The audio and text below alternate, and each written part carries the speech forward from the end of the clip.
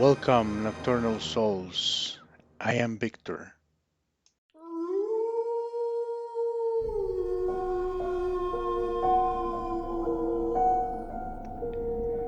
Before we dive deeper, nocturnal souls, make sure to subscribe to The Voice in the Darkness because the shadows hold many secrets. And tonight, you will witness one of the oldest and the most terrifying of all, the legend of the werewolf. The story of the werewolf stretches back centuries across Europe, weaving through villages and forests. Whispered by those who fear the night and the things that walk within. These origins are murky, yet every tale carries a similar thread. A man, cursed, transformed into something both human and beast, condemned to wander under the full moon. In the dense Ardennes forest of Belgium, villagers long ago spoke of a man named Lucien. He was a blacksmith, strong, and feared by some, admired by others. Yet a terrible misdeed, betrayal of a friend, some said, or breaking a sacred oath, brought curse upon him.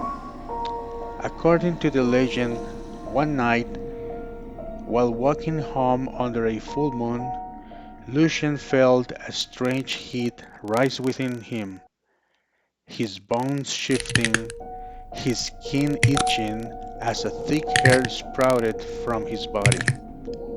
By dawn, he was unrecognizable, a creature with fangs, claws, and eyes glowing like molten amber. Across Bavaria, in Germany, similar stories talk about Henrik, a man whose arrogance and cruelty angered the villagers and, some say, a witch. Henrik vanished for nights at a time, returning with a twisted face, limbs elongated, and a monstrous hunger for prey. The forest echoed with his howls, and livestock disappeared without a trace. Children were warned not to wander, for the cursed man prowled freely under the moonlight. France has its own tales. In Normandy, shepherds spoke of lupus garrus, men who became wolves. These creatures were often bound by a curse, passed down through generations or inflicted by the ward of the divine or infernal powers. Some legends claim the transformation could only be triggered by a full moon, while others whisper that certain scenes or actions could invoke the curse at any time. England also holds stories of the beast. In the shadowy stretches of Epping Forest, travelers recounted nights filled with strange growls, eyes glimmering through the underbush, and a figure moving with unnatural speed. Some claim it was a wolf, others said it was something far older. Those who dared to approach often vanished or returned forever changed, their stories dismissed as madness or drunken folly. The curse of the werewolf was rarely straightforward. Some men became monsters for only a few nights a month, guided by the lunar cycle. Others remained trapped in their beastly form indefinitely. Legends spoke of remedies, silver blades, rare herbs, prayers, or acts of redemption.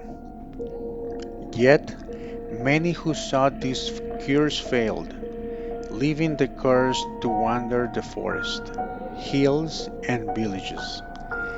feared and hunted by humans who did not understand the nature of their suffering. One particular tale from the Black Forest in Germany tells of a man named Frederick. He was a scholar fascinated by cult. In his studies, he uncovered the secret of a century old curse, a way to summon the werewolf for knowledge or power. Ignoring warnings, he attempted the ritual. That night, the transformation was complete, leaving him half man, half beast.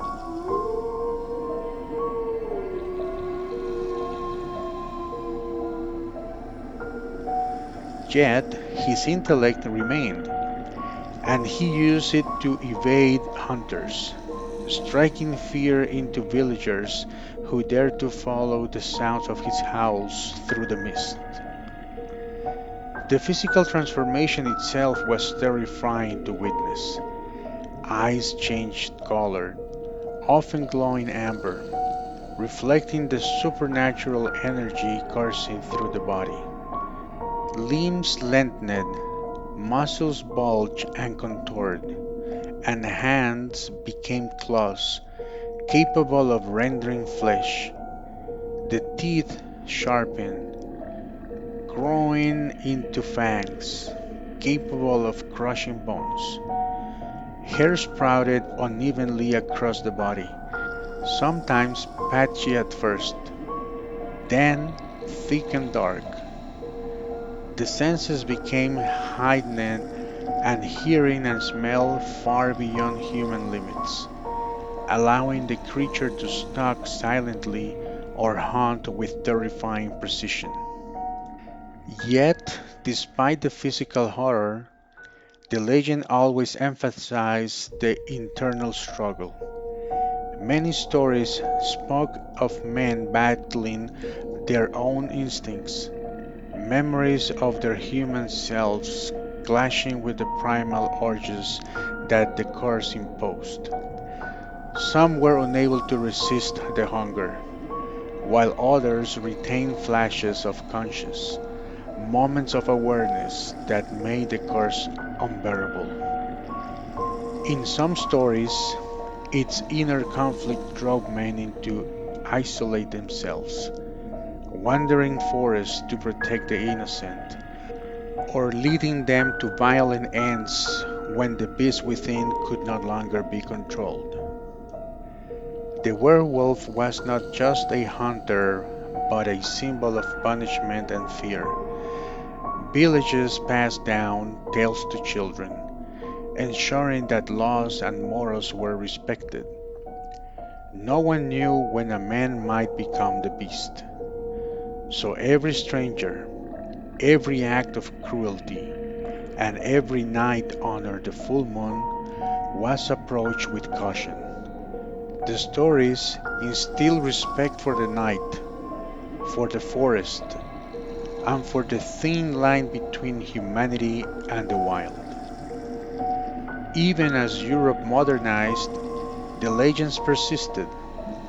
Films, literature, and later, the internet spread the stories far beyond their origin. Yet the most chilling tales remain those from the villages and forests themselves, where eyewitnesses, hunters, travelers, and villagers claim encounters that could not be explained.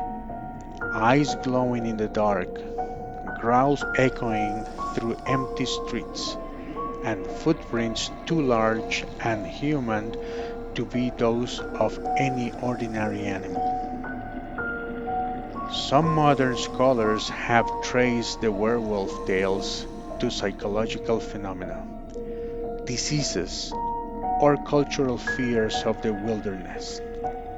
But the deepest forest, under the cold gaze of the full moon, skeptics have often returned with the stories they could not deny.